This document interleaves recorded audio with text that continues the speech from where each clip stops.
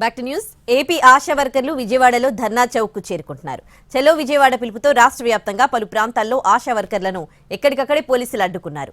అయినా సరే వందలాది మంది ఆశా వర్కర్లు విజయవాడ ధర్నా చౌక్ కు చేరుకుంటున్నారు. ఇప్పటికీ 1600 మంది ధర్నా చౌక్ లో ఆందోళన చేస్తున్నారు. రాష్ట్ర వ్యాప్తంగా 42,518 మంది ఆశా వర్కర్లు, 2,300 మంది కమ్యూనిటీ హెల్త్ వర్కర్లున్నారు. దూర ప్రాంతాల నుంచి వస్తున్న ఆశా వర్కర్లను విజయవాడ ధర్నా చౌక్ కు చేరుకోకుండా భారీగా పోలీసులు మోహరించారు. Armed reserve, civil, rapid action టీంలు అలర్ట్ గా ఉన్నాయి. డ్రోన్లు, ఇంటెలిజెన్స్ బృందాలతో ఆశా వర్కర్లు కదలికలను గమనిస్తూ ఉన్నారు.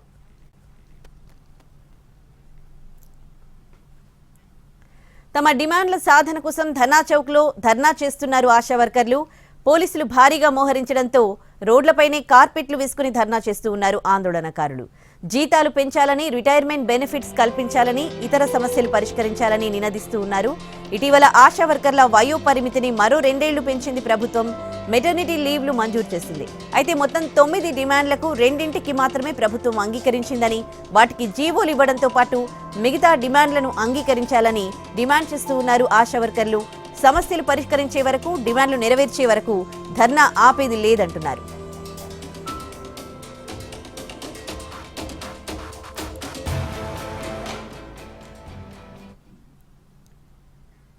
తమ డిమాండ్లను అంగీకరించకపోతే మరింతగా ఉద్యమిస్తామంటున్న ఆశా వర్కర్లతో మరింత సమాచారం మా ప్రతినిధి రామ్ అందిస్తారు.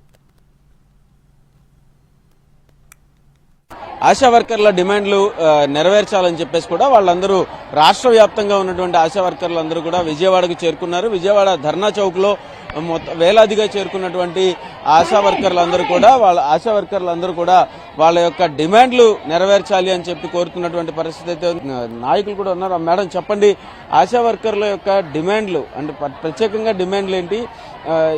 ఈ ధర్నా కొనసాగిస్తారా?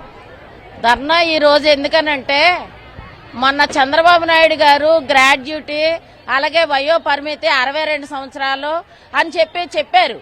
అంటే 180 రోజులు ప్రసూతి సెలవులు చెప్పారు.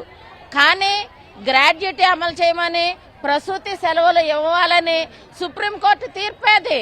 మహిళలకి ప్రసూతి సెలవులు ఇవ్వడంలో పెద్ద గొప్పేముందండి? అయితే 2019లో 10,000 రూపాయలు వేతనం పెంచారు అప్పుడున్న గవర్నమెంట్. కానీ ఇప్పుడు 6 సంవత్సరాలు అయింది. 6 సంవత్సరాల నుంచి చూసుకుంటే ఈ ధరలు, నిత్యావసర ధరలు అలాగే ఉన్నాయా? 10,000 రూపాయల వేతనం అలాగే ఉంది. కానీ ఇంతవరకు కూడా నిత్యావసర ధరలు 100 రెట్లు పెరిగాయి. ఏ రకంగా పోషింపబడాలండి మా కుటుంబాలు? మేము కనీసం కరెంటు బిల్లు 1000 రూపాయలు అవుతుంది. డెలివరీ కేసు తీసుకుని వెళ్తే రోజుకి 200 రూపాయలు మాకే ఖర్చులు అవుతున్నాయి. మా ప్రయాణ ఖర్చులే 4,000 రూపాయలు నెలకు పోతా ఉంది. ఈ లెక్కనే మేము ఏ రకంగా బ్రతకాలి? ఈ డిమాండ్లకు సంబంధించి ఇంకా ఫర్దర్ కార్యాచరణ ఏమైనా ఉంటుందా? ప్రధానంగా ఈ రోజు పిలిపించినటువంటి ధర్నా ఉద్దేశం ఏంటంటే, గత ప్రభుత్వం ఉన్నప్పుడు ఫిబ్రవరి 9వ తారీఖున ఇదే విధంగా చలో విజయవాడ కార్యక్రమం చేశాము. కనీస వేతనాలు ఇవ్వాలని, ఆశా వర్కర్లకు స్థానిక సమస్యలు తీర్చాలని, అలాగే ఏఎన్ఎం చేసిన వాళ్ళకి వేటేజీ ఇవ్వాలని, ఇలా ఒక 10 డిమాండ్స్ మీద మేము ధర్నా చేయడం జరిగింది.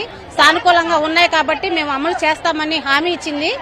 9 డిమాండ్స్ అమలు చేస్తామన్నారు. తర్వాత ఎలక్షన్ రావడం, ఆ తర్వాత ప్రభుత్వం మారడం జరిగింది. అయితే ఈ 10 నెలల కాలంలో చంద్రబాబు నాయుడు గారు ఒక 2-3 సార్లు మాట్లాడడం జరిగింది. అయితే మాకు ఎలాంటి హామీ ఇవ్వలేదు. రీసెంట్ గా మాకు మార్చి 1వ తారీఖున గ్రాడ్యుటీ ఇస్తామని, ప్రసూతి సెలవులు ఇస్తామని చెప్పి ప్రకటించారు. మేము రాష్ట్ర కమిటీ నుంచి చంద్రబాబు నాయుడు గారికి ధన్యవాదాలు తెలియజేస్తున్నాం. కానీ ఆశా వర్కర్స్ కావాల్సింది అవి కాదండి. అవి మాలో ఒక డిమాండ్ లో భాగం. కానీ ప్రస్తుతం ఎదుర్కొంటున్న ఆశా వర్కర్స్ సమస్యల్ని ముందుగా సానుకూలంగా పరిశీలించి ఆ సమస్యల్ని తీర్చాలండి. విలేజ్ లో వెళ్తే ఆశా వర్కర్లు ఈ రోజు దుర్భరమైన పరిస్థితి ఎదుర్కొంటున్నారు. ఒక సెలవు లేదు మాకు. అయితే ఈ చర్చలను కూడా సానుకూలంగా పరిశీలించి ప్రభుత్వం నెరవేరుస్తుందని మేము ఆశిస్తున్నాము. లేకపోతే ఇంకొన్ని మరింత ఉద్రిక్తమైన ధర్నాలకు మేము వెళ్లేదానికి ఖచ్చితంగా వెనకాడమని చెప్పి తెలియజేస్తా ఉన్నామండి. అది పరిస్థితి. ఖచ్చితంగా ధర్నాకైతే మరింత ఉద్రిక్తం చేసేటందుకు వెనకాడమని చెప్పేసి చెప్తున్నారు. వాళ్ళు అడుగుతున్న ఏవైతే 9 డిమాండ్లు ఉన్నాయో వాటిని పూర్తి స్థాయిలో నెరవేర్చాలని కూడా ఆశా వర్కర్లు కోరుతున్న పరిస్థితి ఉంది. కెమెరా పర్సన్ రెడ్డితో రామ్, ఎన్టీవీ, విజయవాడ నుంచి.